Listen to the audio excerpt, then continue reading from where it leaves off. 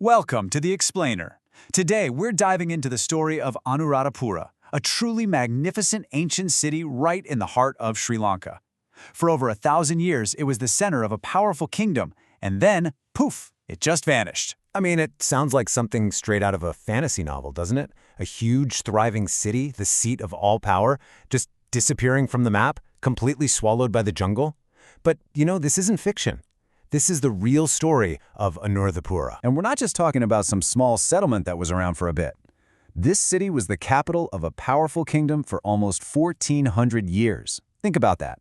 From its founding way back in 377 BCE all the way to 1017 CE, it was the absolute center of a civilization. So how does a city rule for 14 centuries and then just disappear? To figure that out, we have to start by looking at the clues it left behind. The city as it is today. If you visit today, it's just immense. It's a UNESCO World Heritage Site for a reason. You're walking through this sprawling, incredible complex, and you're just surrounded by the ghosts of palaces, towering temples, and these massive man-made lakes. And here's the crazy part. After centuries of being this vibrant heart of a kingdom, it was just abandoned. After a bunch of invasions, the capital was moved, and the jungle just moved right back in, reclaiming everything. For hundreds of years, one of the great cities of the ancient world was basically lost. To really understand how a place like this could be lost, we first have to appreciate just how amazing it was.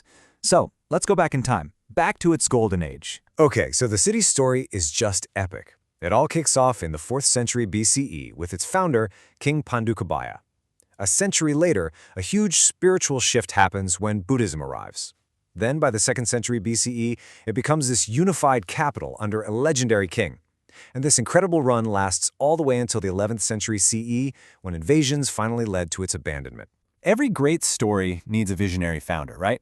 For Anuradhapura, that was King Pandukabhaya. Back in the 4th century BCE, he wasn't just picking a spot for a new town, he was establishing the very heart of the Sinhalese monarchy, a center of power that would last for generations. Then came a moment that changed everything. A century later, King Devanampiya Tissa welcomed Buddhism to the island. And that single act, wow. It transformed Anuradhapura from just a political capital into the spiritual soul of the entire nation, a role it really still plays to this day. So, what was the secret sauce? What made this city so powerful and so resilient? Well, it really stood on two incredible pillars, this profound sense of spirituality and just mind-blowing engineering. Let's start with the spiritual side, because it's incredible. At the city's very heart is the Sri Maha Bodhi. Now, this isn't just any old tree. It's believed to be a direct sapling from the actual tree that the Buddha sat under when he attained enlightenment more than 2,500 years ago. It's the oldest living tree in the world with a documented history, which makes this place deeply sacred for millions of people. But all that soul was supported by some serious brains. The city is in a dry region, so survival meant you had to be a master of water. And they were. The kingdom built these huge man-made lakes, they called them tanks, all connected by this super complex network of canals.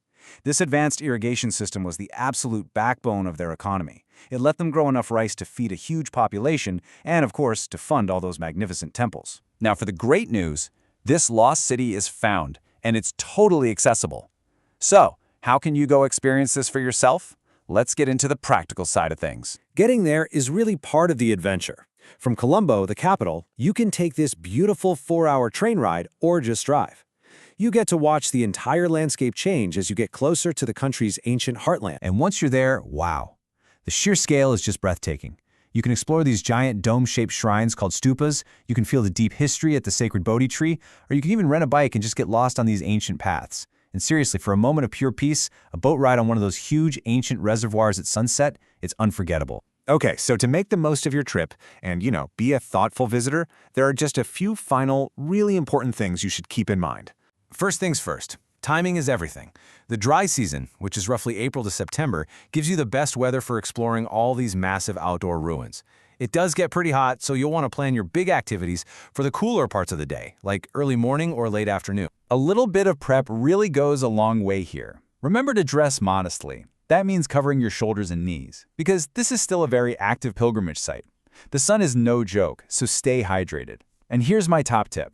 Think about hiring a local guide. Their stories can literally transform these ancient stones into a living, breathing city right before your eyes. Anuradhapura was lost, and then it was found. Its ruins are this powerful testament to a magnificent past. But its story, well, it continues today, with every single pilgrim and traveler who walks its ancient paths. It really leaves you wondering, doesn't it? What chapter will you help write?